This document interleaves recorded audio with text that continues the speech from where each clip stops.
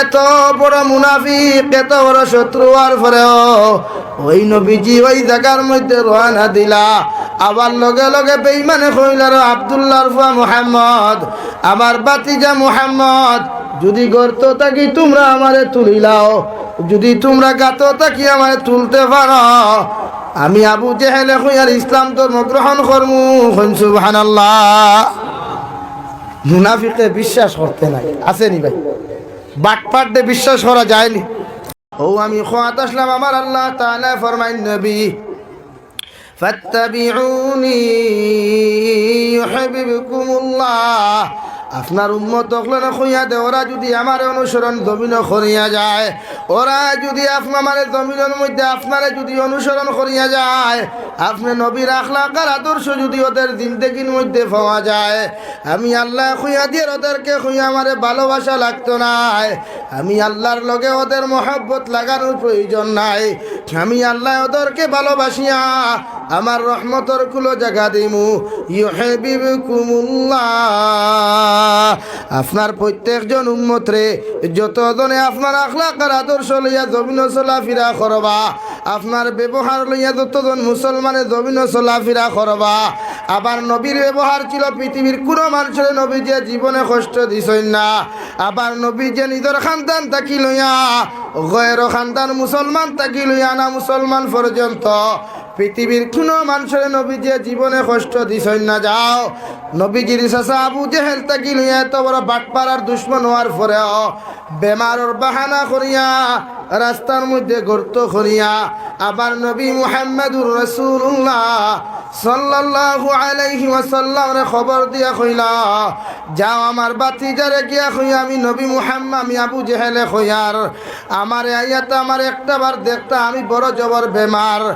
নবী যেই মাত্র খবর শুনলা, পৃথিবীর সবচাইতে তার খানদানের মধ্যে প্রকাশ্য দুশ্মন আবু জেহেল, সবচাইতে বড় বাটবার আবু জেহেল, এরপরেও বাজার থাকি গিয়া খাজুরের মশা লইয়া আবার নবী মুহাম্মদুর রাসূলুল্লাহ সাল্লাল্লাহু তাআলা আলাইহি ওয়াসাল্লাম একজন প্রকাশ্য দুশ্মন বাড়ি তুরানা দিলা। সুবহানাল্লাহ।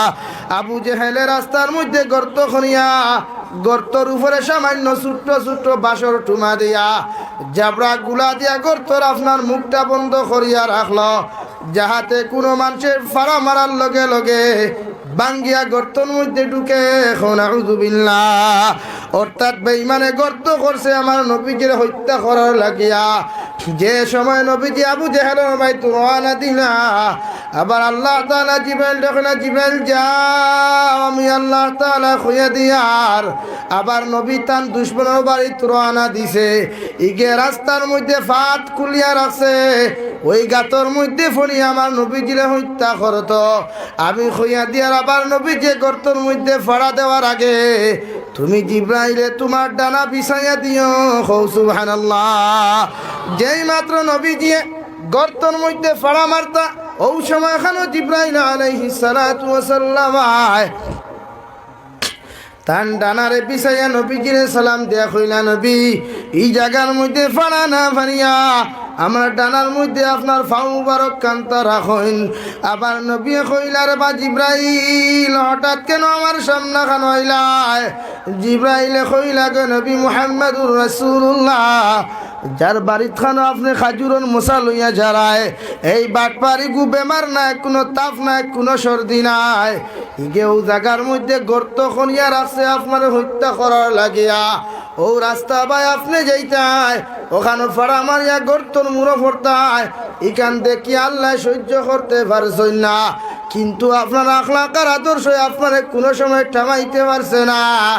এই জন্য তো আপনার চাচা এত বড় মুনাফিক হওয়ার পরেও, এত বড় শত্রু হওয়ার পরেও আপনার চাচারে আপনি দেখাত গেলায়। নবী এই জন্য আল্লাহ ফাটাইয়া দিছে, ওই গর্তর মধ্যে আমার ডানা খান্তা রাখতাম, আর আপনি নবী মুহাম্মদুর রাসূলুল্লাহ সাল্লাল্লাহু তাআলা আলাইহি ওয়াসাল্লামের কদম মুবারক খান্তা আমার ডানার উপরে ফাড়া মারিয়া গর্ত ফারইয়া যাইতাই। সুবহানাল্লাহ। যখন হিনো গেলাম ওসা লইয়া গিয়া চাচার লগে দেখা করিয়া দেখলা বেটায় হৌতেন আপনার মেকুরুল্লাহ খান বানা ধরছে বেমার।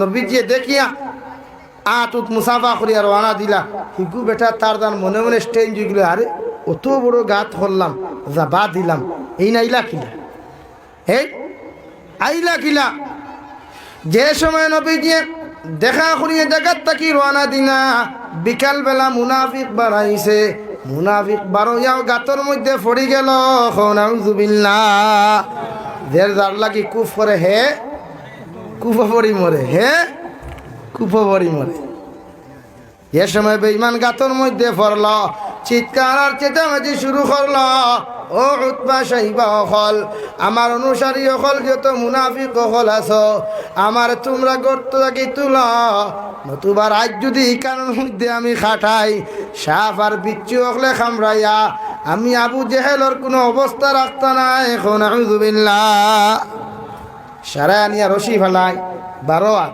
দেখুন 1 হাত বাকি থাকে 13 হাত ফেলাই দেখুন 14 হাত 1 হাত বাকি থাকে এইভাবে যখন রশি ফলাইতে ফলাইতে কোনো ব্যবস্থা না হয় যখন কোনো লাইনার সিস্টেম করা না হয় ওই সময় খানো আবু জেহেলে তার অনুসারী অখলরে কইল রে বা তোমরা যে কানোর মধ্যে রশি দেরায় আমি আবু জেহেলে আমি এখানটা জিনিস বিশ্বাস করিয়া যাই আর আল্লাহর জাতর কসম খাইয়া খইয়ার কিয়ামত পর্যন্ত যদি তোমরা আমার জমিনের মধ্যে যাও কিয়ামত পর্যন্ত যদি তোমরা সারা দুনিয়ার রশি আমার গাতর মধ্যে ফালাও এর বাদেও আমার আব্দুল্লাহর ফুয়া মুহাম্মদ ব্যতীত আমারে কোনো মানুষই কান থাকি তুলতে পারতো না খৌ সুবহানাল্লাহ জোরে করি খৌ সুবহানাল্লাহ সারা মানুষেরা কইলার বাজাও আমার আব্দুল্লাহর ফুয়া মুহাম্মদুর রাসূলুল্লাহ সাল্লাল্লাহু তাআলা আলাইহি ওয়াসাল্লাম রে তোমরা খবর দেও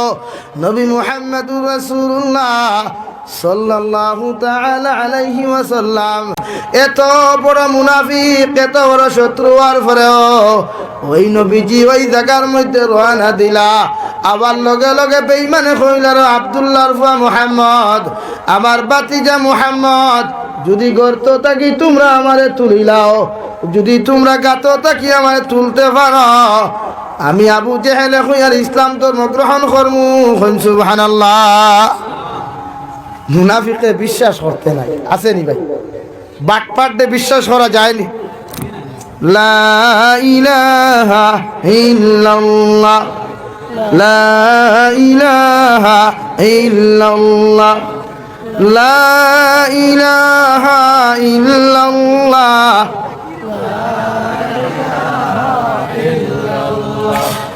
লা ইলাহা ইল্লাল্লাহ সুবহানাল্লাহ walhamdulillah la ilaha illallah subhanallah walhamdulillah la ilaha illallah la ilaha illallah la ilaha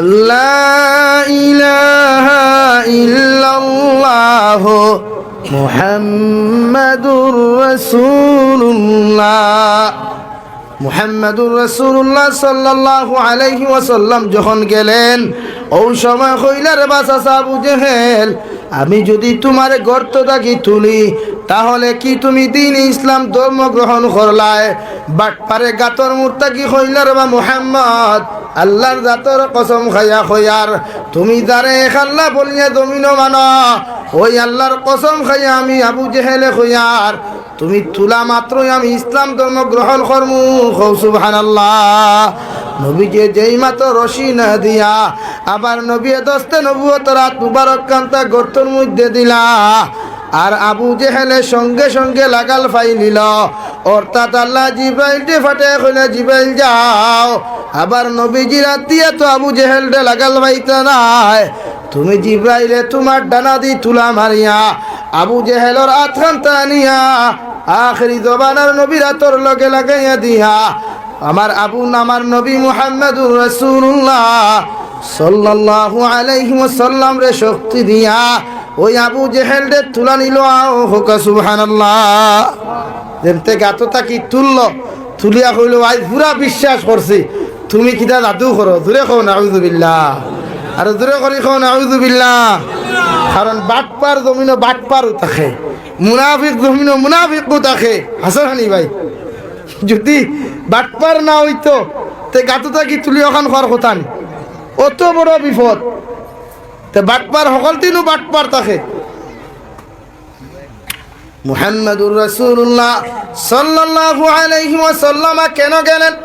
শুধু ওনার আদর্শ, ওনার আখলাক পৃথিবীর সমস্ত মুসলমান জাতিরে প্র্যাকটিশন দিয়া গেলা, স্লিপ দিয়া গেলা, সিলেবাস দিয়া গেলা, রুটিন দিয়া গেলা।